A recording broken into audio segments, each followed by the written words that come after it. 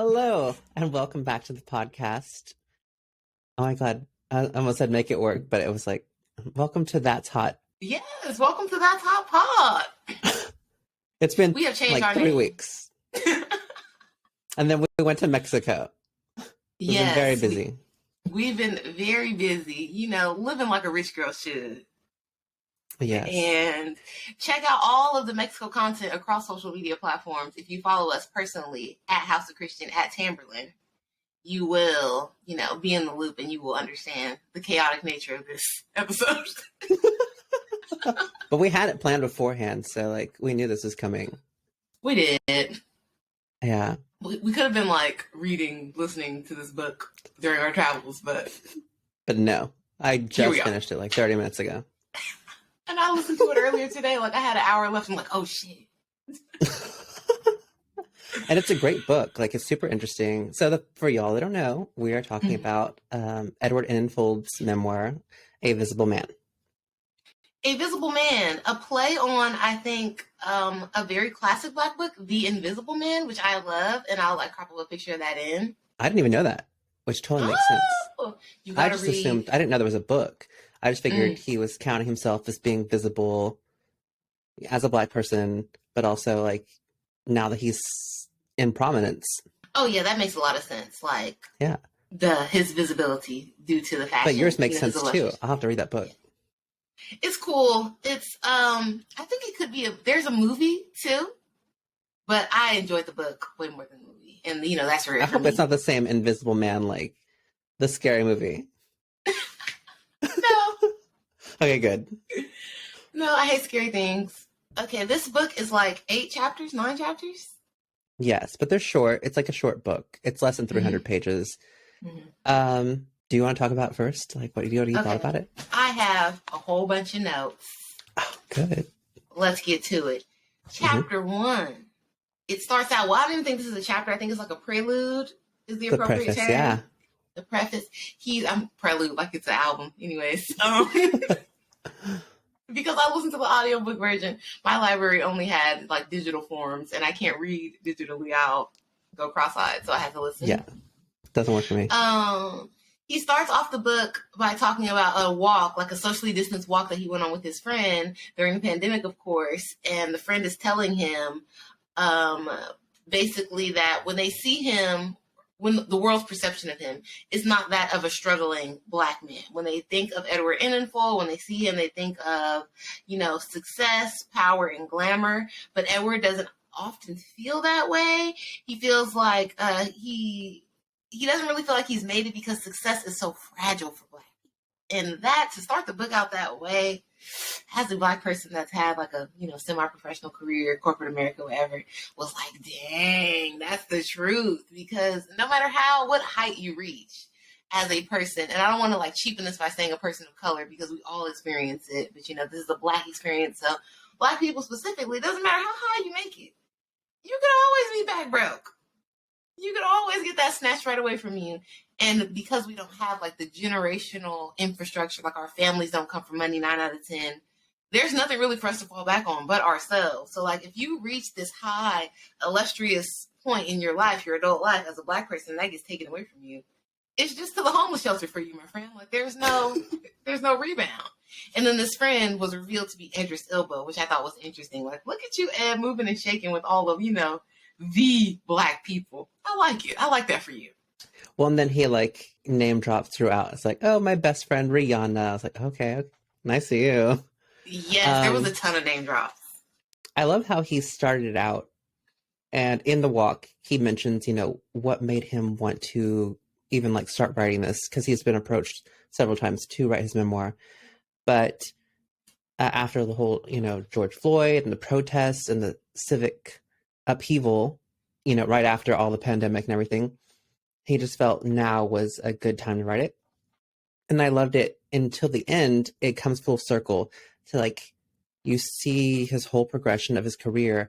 And now it's him, a strong, Black person in power, using his voice to uplift others and the Black community. Yes. And in a way, might I add, that is often overlooked because of the traditional ideas of Black excellence. So, because of Black American history, I can't really speak a lot for Black British history. I know a little bit, but not like as much as I know about American history, obviously. So, in American history, with Black people, since the abolition of slavery and, our true release in 1865, it's been like, oh, you have to be the best. And we're talking about the best in the careers that are traditionally dominated by white people. So, it's like doctor, lawyer, Indian chief, like something substantial and that has a lot of power. But all the time, like, that does not speak to all of us. That doesn't call to all of us. Edward spoke at length about his dad, a very strong African man, a military man, wanting that to be the path for his sons as well.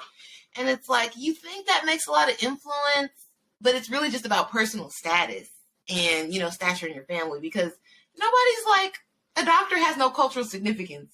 A lawyer, unless you're like doing murder trials like Johnny Cochran, you have no cultural significance. You're just a strong person in your family that has like a decent life financially. Doing what Edward chose to do really makes more of a mark and more of a lasting impression. I'm sorry to all of you people, education is first. Makes way more of a lasting mark on society as a whole than you just working in some office, being an upright Black person. Yes, and he's talked about like all of the covers he's made and about how like in the Black issue with Italian Vogue. And about how it used to be like just a special occasion cover. And then now he wants to make a recurring thing. It's just like, it doesn't have to be a special issue. It's just an issue that everybody's represented in. And as a fan of like all things nerdy, period films, sci-fi stuff, all of that, it's an ongoing argument on social media. And that's why I hate it when people dismiss it in the fashion conversation. Because anytime a show comes out, a movie, anything, and there are Black people placed in fantasy situations, and I'm not going to say you white people, the white people online, because, you're not the same. All of you guys are nice and, forward thinking. The white people online, they go crazy. They're like, what the hell is this? You can't put Black people in Lord of the Rings. You can't have Black people in Harry Potter. Like, I thought this was a made-up world. God forbid Black people, exist in real life. Oh, my word. It's like, you're so disturbed by this. God damn it, the mermaid can't be Black. Like, whoa. Sebastian was Black. The whole soundtrack was Jamaican. Like, you didn't. But also, it's a mermaid. It's a mythical creature. And you are up in arms about that. It says a lot. So I think what Edward is trying to help infuse into the wider social spectrum and narrative is that Black people are people. We exist outside of just the precasted roles. And I hate to be racist here, but, basketball, rapping, entertaining y'all in certain sectors. Black people just exist. Like the Black girl can be in the Pirelli calendar as Alice in Wonderland. The Black girl can just be on the magazine cover because she's on the cover, not because it's Black History Month or doing a special shoot in Africa. Like, be for real. Yes.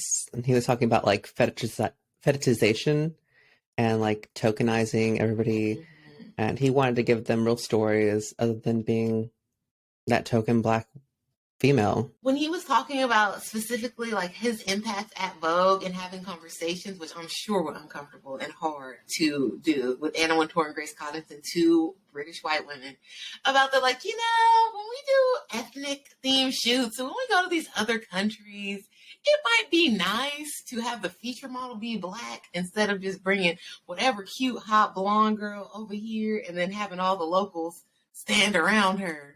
It's giving me a colonization vibe, as the only Black person in here. Like, why wasn't that discussed before? Because I always used to think that as a kid, like, why is this white girl? Where was Naomi Campbell? She wasn't available for this as a Black kid. So it's like, I'm glad it had to take a Black person in the office to say something, but damn, like, I'm sure that was a job-risking day for him. Oh, yes, I'm sure. I thought it was interesting that, like, later on in his career, more recently, whenever he got the job as editor-in-chief at British Vogue, he was advised by DVF, because even in the book, he addresses it about how, like, commercialized American Vogue is, whereas where we see British Vogue, and it's, they're giving editorial, it's more creative, artistic, and then the American Vogue is, dampened. They are, they're selling, it's a business. I mean, I like that DVF pulled him aside and told him, you all, it is a business, and you need to like surround yourself with people who will do that. And he did that, but with, Black voices. So that's great. I thought that was so interesting, just the comparison, because I feel like as viewers, like you and I, we met because we worked in the fashion library. Go listen to our How I Met Your Father episode for that. And I used to be so enthralled by like the bound copies of the Vogues and the Harpers and all of that stuff, and how you could just go back into time and like see the old ads and all of that. It used to shock me how like bland, or for the lack of a better word, like Kroger, great value theme American Vogue was compared to the other Vogues. But when he explained it in that way, and then we recently discussed the September issue on this show too, watch that episode, that American Vogue is very much focused on the sales aspect of fashion and not like the art for art's sake, and what Edward, I think, referred to it as creativity for creativity's sake. Not in America, baby. This is a capitalist machine, and we are here to sell, sell, sell. Or what we put on the cover, we put on certain pages has a direct correlation with how much that designer is going to sell of that piece. And it's like there's research and all that backed up. So your ideas are cute and fun. A dime a dozen. We're here to sell. And that's so like, as a fashion consumer, I don't think we take it that way. We want to believe that it's all fanciful and like kind of it just comes together. But that's the furthest thing from the truth. I like how he expressed that his covers were like not controversial, but they were risks that he took, like during the pandemic, to put like normal people on, when the frontline workers, all Black models. For most usual magazines, it'll be advertisers, ideally. So it's a whole politics of it all.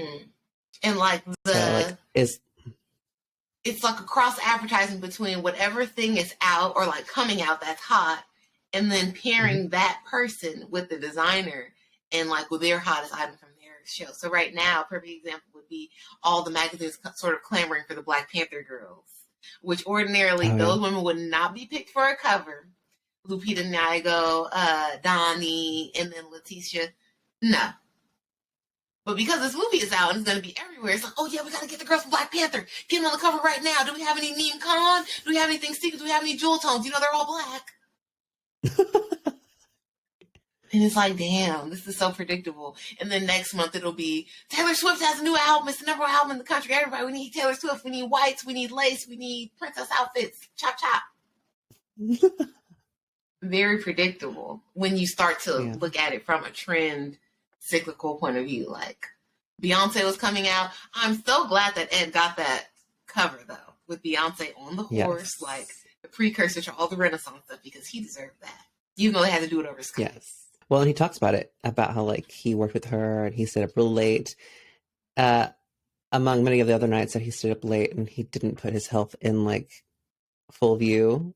I feel like that was a recurring theme. Also, like you briefly talked about it, but his like recurring imposter syndrome, which I think pervades most people of color, is that your position here is like, contingent on you having a constant success, and you're constantly like thinking you're not good enough. And again, this is so hard for me because I do not want to be, the racist girl on social media, the mean Black girl. But I have to be honest, and I feel like Black people and people of color specifically have this impending doom feeling, like Ed talked about a lot in the movie, in the book, oh, things are going too well, like what's going to happen, the shoe's about to drop somewhere. Because white people, let's just say non-people of color, I don't want to be accusatory to y'all because y'all really don't like that, taking responsibility. Non-Black people have a very easy time just existing. Just getting a job because your auntie knew her sister-in-law worked there, and then your cousin and all, and you can just kind of exist and float by even on your failures. You will not be reprimanded too harshly. But a person of color in that same position is up late at night, not sleeping, risking their health. Ed almost lost his vision. Eye detaching from the retina, and then his hearing. My God. Yeah. His whole head just in disarray. While you girls are sleeping peacefully in the penthouse that your parents probably bought for you as a gift. Meanwhile, Ed was sleeping on people's couches and shit. He didn't even really have a place to stay until he reached a certain level in his career. He was already grown. And you ladies, even when he was getting the initial job at Vogue to assist with Grace Coddington, and it was like, oh yeah, he doesn't belong. Like he's like the fly in the milk. Like this is like a white trust fund girl job, Vogue. And it Oh really yeah, he is even because said that. I think we could speak to that a little bit working at FITM. I mean, and going to FITM, so many of the opportunities for fashion students after, post graduation, post education, it's like you have to work for free. You have to be an intern. How many people of color in your family can you just work for free for X amount of years in hopes of getting like hired for commercial shoots and jobs and all of that? When he pointed that out, that like you're not making no money working for magazines. It's basically an advertisement of you to the bigger companies that might pluck you out and decide, oh, this person, that Yes. person. And then when he started to get picked, it was like a homie hookup. That blew my mind. Like, oh, because, Ed comes to the club with me and he's nice. I'm going to call him for this job. Oh, because he knows my friend. Oh, Naomi called on his behalf and got him this job. Like, I'm Good for disturbed. good for him though.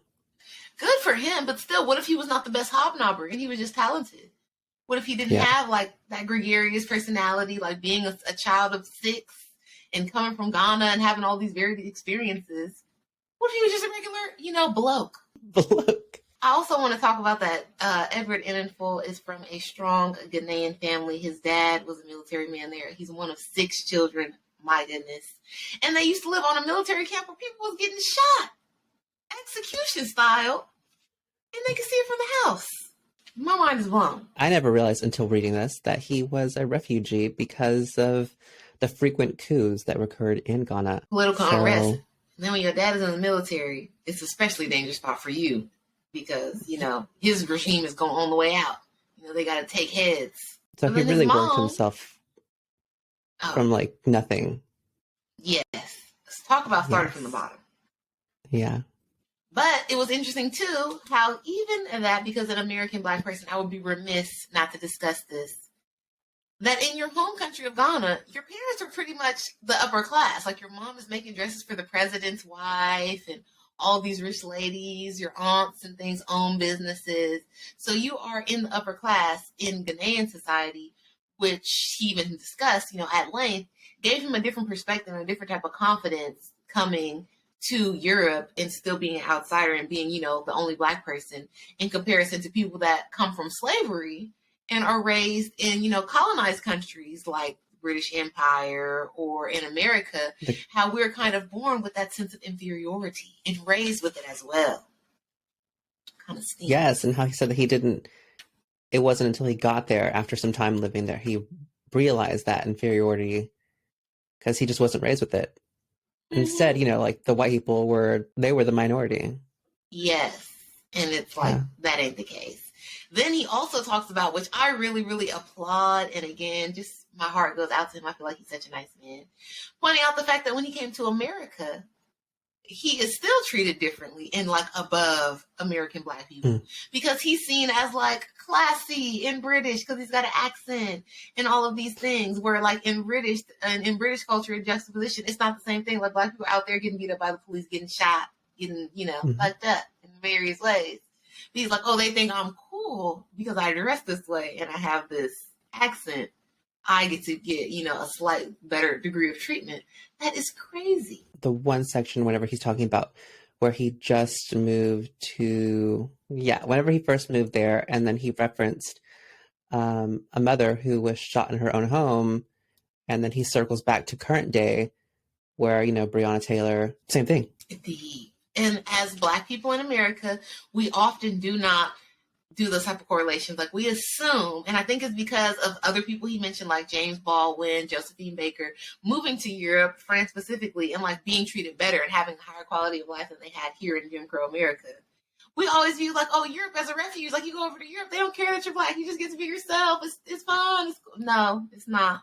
You get hemmed up out there too. The police got different accents and different outfits. That's it. He also talks about himself, like the political unrest in Europe, like the events and things that happened in Brixton and the uprising and how that sort of changed their society out there. And prior to that, they didn't really have any Black people or people of other cultures represented in parliament, but the events out there changed that. So it really made him want to be a champion of that change, with the power that he had in America through like making images and presenting Black people in different ways. I thought that was cool. Also, I thought it was super cool that he wanted to be an Egyptologist when he was a kid, because I also wanted to be an Egyptologist. Really? And then I had like all of these books my dad used to buy me about Egypt, and I used to be obsessed with like watching different documentaries and stuff about Egypt and all the queens and the dynasties. And then I found out like around high school that was a rich white person job, and I was distraught. But why is that? I don't know, because again, as a person of color, okay, you're coming from a family like I'm going to speak for myself. I don't want to get ate up by ignorant people. I come from a family that is descended from slaves. Like, my grandma was raised by a lady that was raised by slaves. It's deep out here. There ain't no money. There ain't no generational wealth. It's nobody's house that you can stay at. It's nothing. It's every man for themselves in the harshest way possible. How the hell are you going to pay, first of all, to go to school to study something as frivolous as being an Egyptologist? And how are you going to get the money to go over there and just kick it and dig in the sand for years, weeks? Who's going to be paying your bills? You know? Yeah, that makes sense. What are you going to do? Now, when I watch it on the Discovery Channel, it seems very cool. It seems glamorous. It seems like there's a lot involved. But I do not see these people living well. They've never shown me their apartment. They've never shown me their car. And as a Black person, my family is concerned about that deeply. Like, girl, you're going to college so you can help yourself and then help us. Unless you're finding some gold in that sand, do you get to keep it? You know what I mean? No Egyptologist. Who are you, Laura Croft? Like, I got a lot of real world slapping about. Like, Egyptologist, even some of my teachers were like, you're smart. I thought you was smart. Why would you say that? Even graduating from FIDM, when I told them, oh, I'm considering like moving to Europe, or maybe I want to go to UCLA, the career counselor, when I finally got a man, was like, check it out, girl. And he was a Mexican man, proud Mexican, Viva La Raza. He said, girl, what are you going to do, be a museum curator? Like, that you don't have no money. Who's gonna pay? And then he was like, okay, you're going to be a museum curator. That's cute. Where you going to work? Because these girls got the job because they auntie's mama's sister's husband. He was straight up with me again in life. So two rich white girl careers I thought I could have got knocked right out. So Ed, I see you. And you end up working in fashion.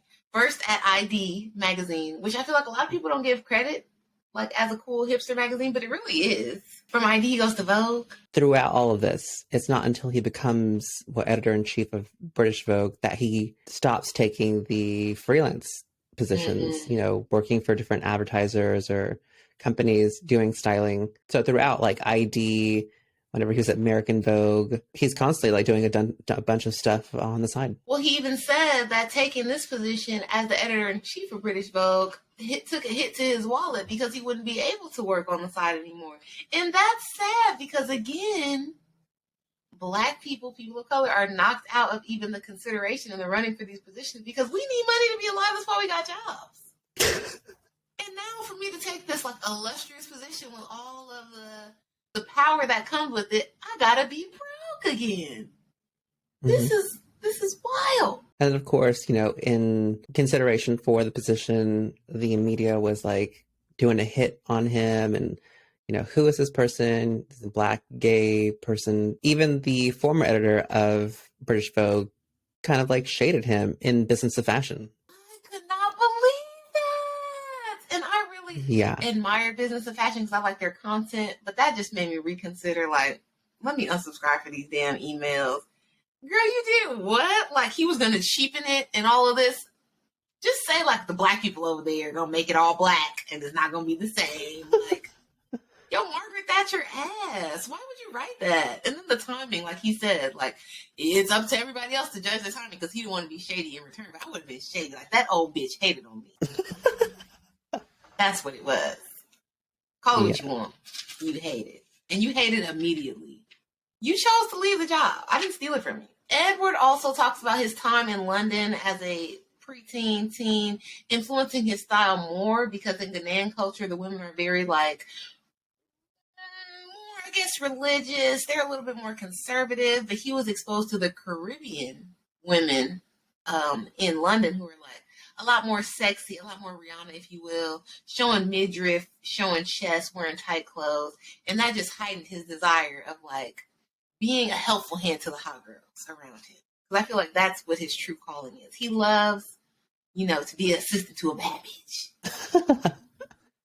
Naomi Campbell, Kate Moss, all the supermodels, Iman, Rihanna. He just loves that being the what is the correct word in the gay community when you are like a fairy godmother to hot girls? I don't know. I know the opposite, which is like pretty derogatory.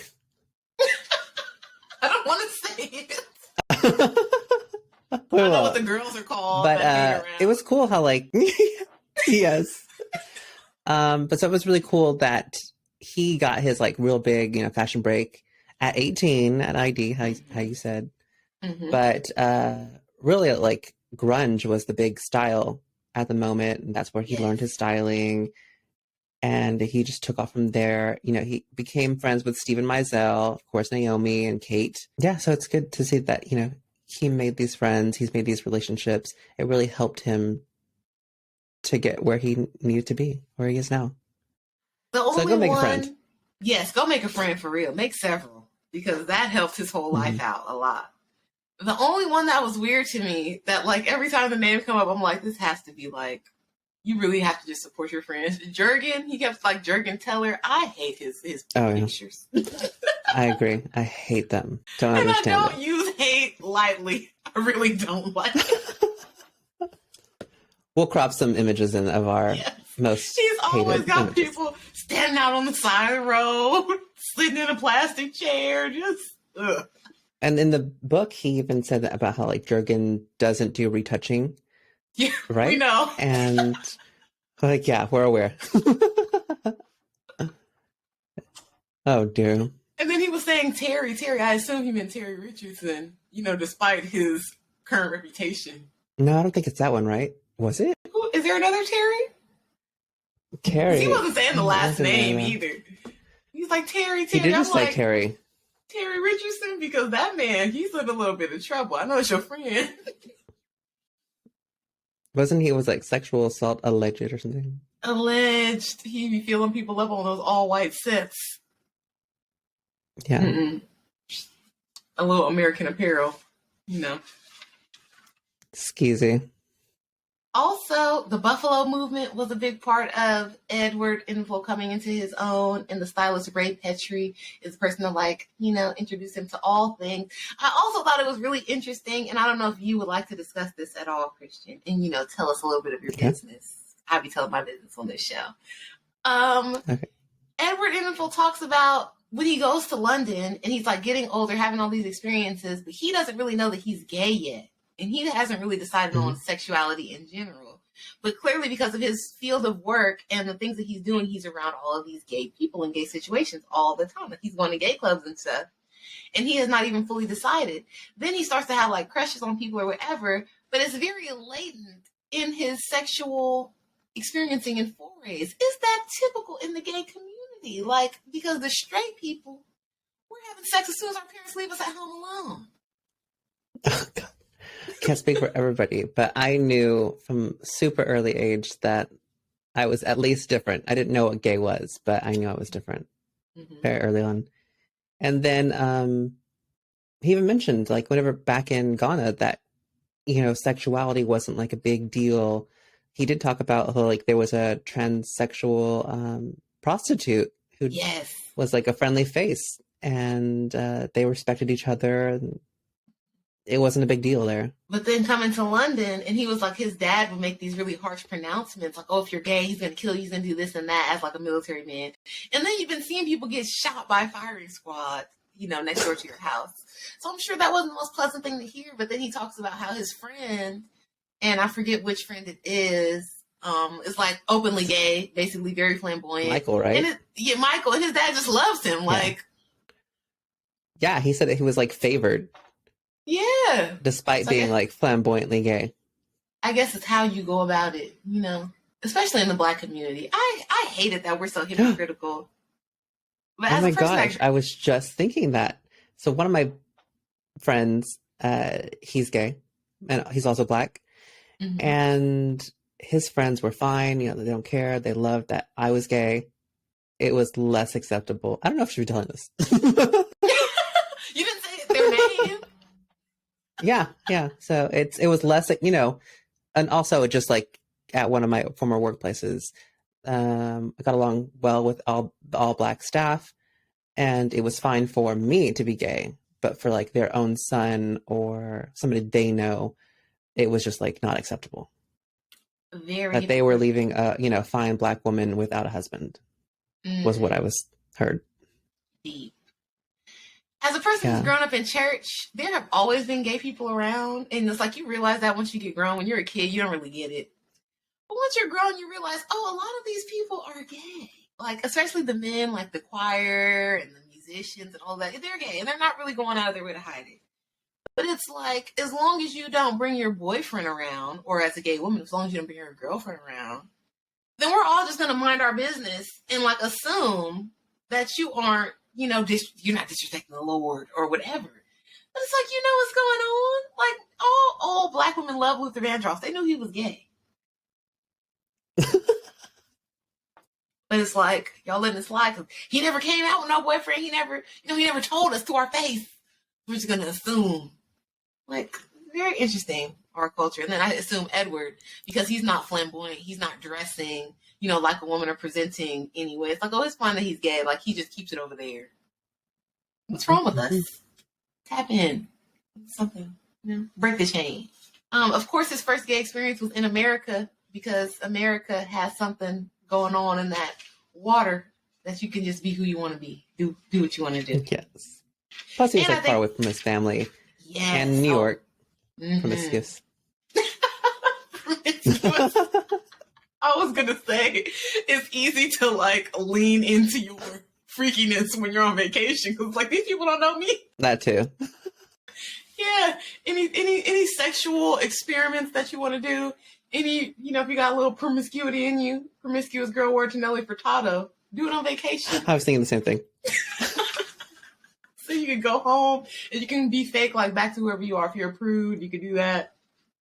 If you're fake religious, you can go back to church. But on vacation, you can be who you want to be. If you're pretending to be straight, you can go back to that. I don't sure want that you happens to. a lot too. Oh, God. It happens. I want you, if you are gay, to be gay. And if you're bisexual, it makes me sad as a black woman. We don't really accept that in our community. Bisexuality for the men, we accept it for girls only. We feel like, oh, she's just, being a hoe. For the men, we don't accept it. I hope that one day we open our minds and start to accept the bisexual men so they don't feel like they got to go, be gay on vacation and then be straight, God-fearing men at home. I want you to be yourself all the time, holistic, because nobody want to be married with 3 kids and then you be like, look, this is who I am. This is who I've been the whole time. Like, whoa. No, you weren't. You were mispresenting. I think he also has a hard time, like, just detaching from his family in a way. And I feel like a lot of people, gay, straight, whatever color, have that hard time when you're growing up of, like, detaching yourself from what your family wants for you and what you want for yourself. Because he was a very good student, great at school, following all the rules, like, kind of pretending to go on the path that his father wanted him to go on, but all of the time, like, sort of working against that, doing his own thing. I feel like it would be way easier if you just ripped the Band-Aid off immediately. Like, look, I'm not going to do that. And yeah, because his father was a sergeant, right, in the army. Mm-hmm. Yeah. And he wanted them all to be like lawyers, doctors, whatever. And he mentioned it briefly that at some point, most of the 6 were in a creative field.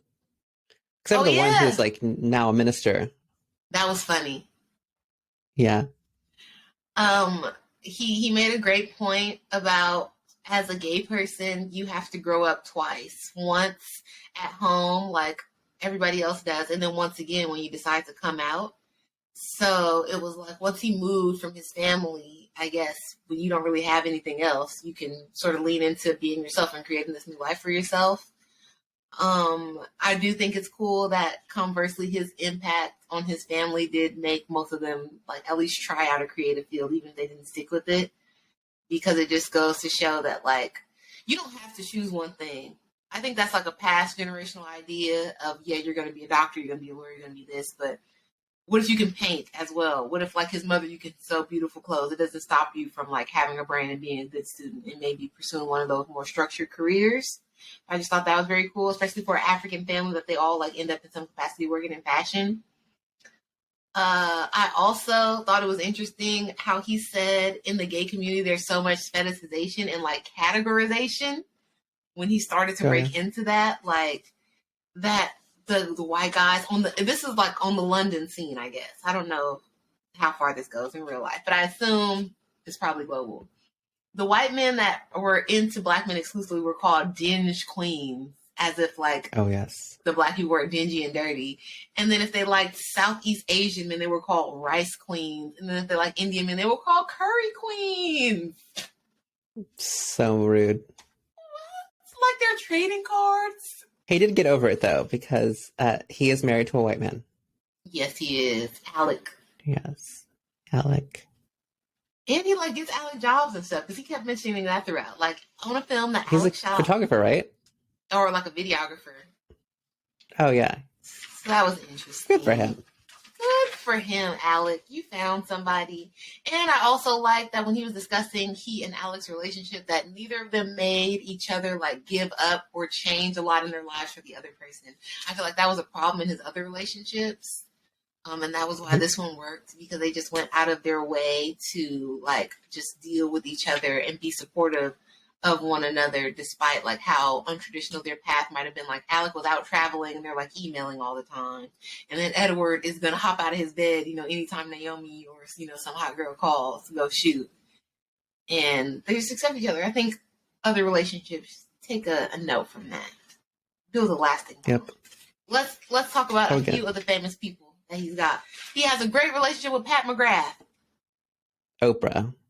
Oprah, Rihanna specifically, Meghan Markle, Yes. Lauren Pascal, Naomi Campbell. He met her in 1993. Him and Kate Moss, basically besties. He drew a lot of connections throughout the book of police brutality in America and in his home adopted country of Britain, which I thought was important. Amadou Diallo, Patrick Dorismond. He brought up like significant cases of police abuse, so clearly like that's something that is on his heart. He talked about his illustrious award that he won. He got like Yes.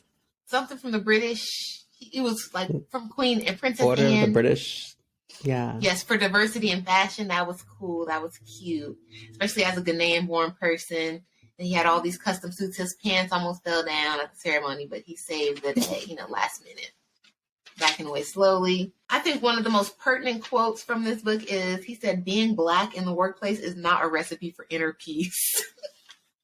Because he was having all these health scares and health problems because he's just working himself to death to prove that he's worthy of being there. And I guess it worked. Like, it paid off. He's at Vogue now. But it's still sad that he had to trade like influence for money, because who would love both? Yes. And besides like the eye, the ears, he also was born with a sickle cell kind of like disease. Yes. Which Yes. causes you a lot of pain in your body and makes you like immobile. Sometimes it makes it hard for you to work. And given his situation, he does not jive well with that, because he is a worker, working hard too. I thought it was a really good memoir. It was inspiring. Just, I never realized like before, like seeing him on the September issue, like just like where he came from. He actually started as a model before he got to ID. And just, it was inspiring to see that, he came from such humble beginnings, even though like, I guess the sergeant's son is not really like that humble. I guess he said it was upper middle class to upper middle class with mobility. But then there were refugees in London, and for him to like work super hard to get where he was, that was inspiring. And the most important lesson from this whole book, and Christian already said it, is to make a friend. Because relationships really are what helped Edward at every turn, paired with his relentless and, incredible hard work ethic. The friendship, it really made the difference between him being an unknown, just hard worker behind the scenes in fashion, and him getting the notoriety that he really deserved from it. From, bridging the gap with Steve Meisel because of his relationship with Naomi and Kate. And then getting to go to Calvin Klein and Kate being there again. And then getting to go to Vogue again off of like the calls and well wishes of other people.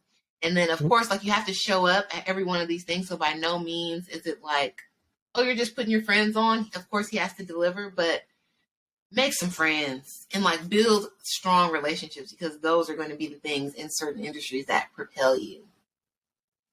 Yes. So don't be, I know fashion that's is how like, I got the job I'm currently in. oh, really? My friend, yeah. So yeah, I know So fashion is all about like attitude and like, you know, being mean and nasty, but while you're doing that, just try to be nice to at least two people. Yep.